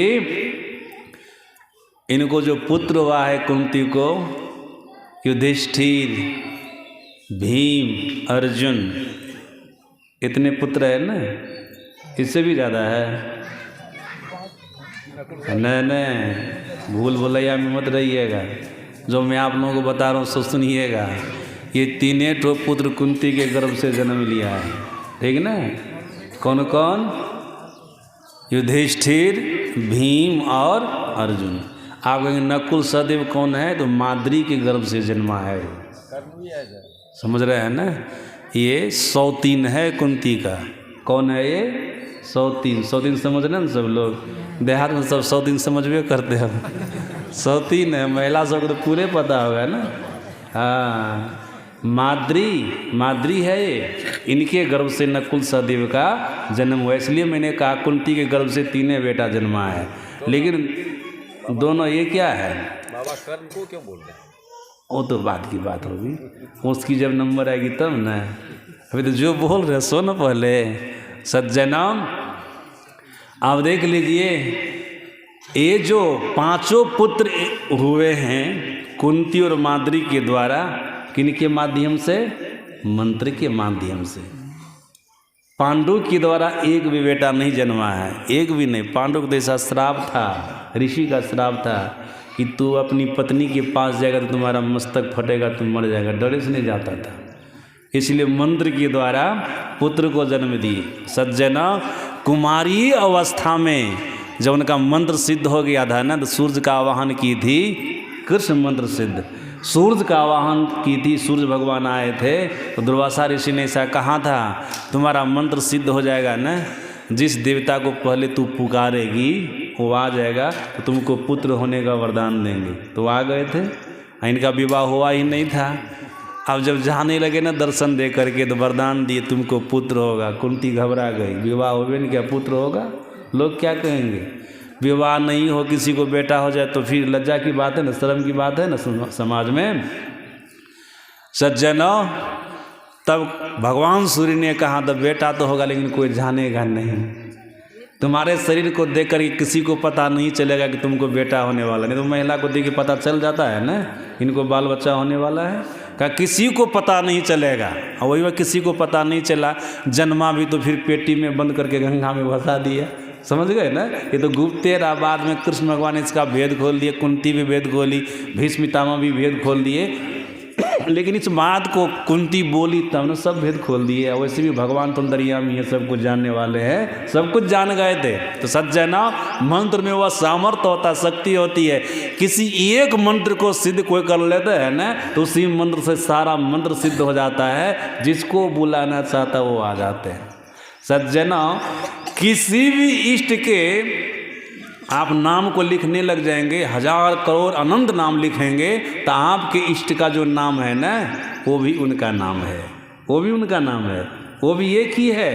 सज्जनों, सुन रहे थे ना गुरु महाराज जी के प्रवचन में, भिन्न भिन्न प्रकार के तो इष्ट होते हैं, लेकिन उनके अंदर में विराजने वाला जो अंतरात्मा होती है सब एक होती है, सब एक होती है। जैसे तकिया का खोल अनेक प्रकार का होता है, अनेक रंग का होता है, लेकिन खोल के अंदर में रुई एक ही न होती है। उसी प्रकार से समझ लीजिएगा, इष्ट अलग अलग दिखते हैं लेकिन सबकी आत्मा एक ही है, एक ही है। यही कारण है कि एक मंत्र को सिद्ध करेंगे तो जिस इष्ट को बुलाना चाहेंगे, जो जिस शरीर में है, वही आपके सामने में प्रकट हो जाएंगे, वही आपके सामने में प्रकट हो जाएंगे। सज्जना, जब आपका मंत्र सिद्ध हो जाएगा, गुरुदेव आपके सामने में प्रकट हो गए, सामने में, अंदर में, भीतर में देखिएगा गुरु महाराज जी आ गए। किस तरह से देखिएगा, जैसे आप लोग हमको देख रहे हैं ना, मैं आप लोगों को देख रहा हूँ, ऐसे देखिएगा गुरु महाराज जी को, ऐसे देखिएगा। लेकिन याद रखिएगा, गुरु महाराज जी अंधकार के पर्दा पर आवेगा, अंधकार के पर्दा पर। आप लोग कभी फिल्म देखने गए थे ना बड़का हॉल में, बाज़ार में, देखिएगा जब पर्दा पर फोटो दिखाने वाले जो होता है ना, दिखाने लगता है तो हॉल के बल्ब को बंद कर देता है, मरकरी को बंद कर देता है ना, केवल पर्दा पर फोटो आता, पूरा हॉल अंधकार रहता है। उसी प्रकार से अंधकार के पर्दा पर गुरु महाराज जी का रूप आवेगा। और रूप जो है ना वो अंधकारमय न है, प्रकाशमय है, भीतर में रूप। गोस्वामी तुलसीदास जी महाराज ने क्या कहा, श्री गुरु पदनख मणिगण ज्योति सिमरत दिव्य दृष्टि ये होती। ये गुरु का पदनक क्या है, गुरु का रूप है। गुरु का पदनक क्या है, गुरु का रूप है। सज्जना वो मनियों की ज्योति के समूह के समान प्रकाशमान है। भीतर में जब गुरुदेव आपको आकर के दर्शन देंगे तो अंधकार में नहीं, प्रकाश में। अगल बगल में अंधकार रहेगा, अगल बगल में अंधकार रहेगा, लेकिन जहाँ पर गुरुदेव रहेंगे वहाँ पर आपको प्रकाश दिखेगा, क्योंकि मनियों की ज्योति के समूह के समान वो रूप है ना। और सदगुरु महाराज से सदगुरु महाराज जी से पूज्यपाद गुरु से भी भगीरथ दास जी महाराज ने पूछा था, दिव्य दृष्टि का आरंभ कहाँ से होता है? सदगुरु महाराज जी ने कहा था, रूप ध्यान से ही, यहाँ से प्रकाश प्रारंभ हो गया है, प्रकाश। लेकिन दिव्य दृष्टि की पूर्णता यहाँ पर नहीं है, दिव्य दृष्टि की पूर्णता नहीं। अंधकार के पर्दा पर गुरु के रूप को देख रहे हैं, जैसे सिनेमा के पर्दा पर फोटो आता है, उस फोटो में जो प्रकाश होता है उससे प्रकाश हॉल में भी फैलता है। भले सबको आप बढ़िया से नहीं पहचान सकिएगा, लेकिन आपको देखने में आएगा कि इतना आदमी हॉल में है। भले आप पहचानिएगा नहीं, लेकिन आदमी को देख लीजिएगा। उसी प्रकार से गुरु का जब फोटो आपके सामने में होगा ना, तो उसी अंधकार में देखने में आवेगा, अगल बगल में और कुछ है, लेकिन पूरा पूरा साफ देखने में नहीं आवेगा। पूरा पूरा साफ देखने में तब आवेगा जब आप संत मत की तीसरी साधना करेंगे, मतलब दृष्टियोग का साधन करेंगे ना, तब पूरा पूरा आपको देखने में आवेगा। सज्जनों, गुरु का रूप आपके अंदर में आ गया है। अब इसी रूप में अपने मन को समेटना है। अब मंत्र जाप के बाद रूप का ध्यान, ये नवदा भक्ति की 5वीं भक्ति के अंतर्गत आता है ना। अब रूप का ध्यान करना है। सज्जनों, जब रूप भीतर में आ जाएगा ना, तो जाप करने से तो पाप खत्म हुआ था, और रूप जब भीतर में आ जाएगा तब क्या होगा, विकार खत्म हो जाएगा। सतगुरु रूप ये में धारत, काम क्रोध मद लोभ दे, विकार खत्म हो जाएगा। जैसे गुरु का रूप आप अपने हृदय में स्थापित कर लिए, तो आपके अंदर में विकार नहीं रहेगा। काम क्रोध लोभ मोह मद मात्सर ईर्ष्या द्वेष छल कपट, ये विकार आपके अंदर में नहीं रहेगा। और याद रखिएगा, ये विकार क्या है? विभीषण ने रावण को कहा था, भीतर का विकार नरक में जाने का रास्ता है। काम क्रोध मद लोभ सब नाथ नरक कर पंथ, ये नरक में जाने का रास्ता है। सज्जनों, समझ लीजिएगा, गुरु का रूप आपके हृदय में होगा तो नरक में जाने वाला जो रास्ता है वो खत्म हो गया, सड़क खत्म हो गया। सदगुरु रूप यह में धारत, काम क्रोध मद लोभ दहे, ये विकार खत्म हो गया। सज्जन, और क्या होगा? गुरु के अंदर में जो जो सद्गुण हैं, वे सारे सद्गुण आपके अंदर में आकर के प्रविष्ट हो जाएंगे। निर्विकारी रूप का ध्यान किए तो विकार खत्म हो गया। अब गुरु के अंदर में जो जो गुण हैं, सारा सद्गुण आपके अंदर में आ जाएंगे, सारा सद्गुण। एकलव्य द्रोणाचार्य के रूप का ध्यान किया तो द्रोणाचार्य के अंदर में जो जो गुण था एकलव्य के अंदर में चला गया ना, एकलव्य के अंदर में चला गया। सज्जनों, इतना ही नहीं होगा, याद रखिएगा, गुरु के अंदर में जो सामर्थ्य है, शक्ति है ना, वो भी आपको प्राप्त हो जाएगा। सामर्थ्य शक्ति भी प्राप्त हो जाएगा। कहेंगे इसका कोई प्रमाण है? महाभारत का युद्ध समाप्त हो गया था, बहुत सारे राक्षस लोग मारे चले गए थे। भगवान कृष्ण पांडवों के बीच में बैठे थे, चर्चा कर रहे थे।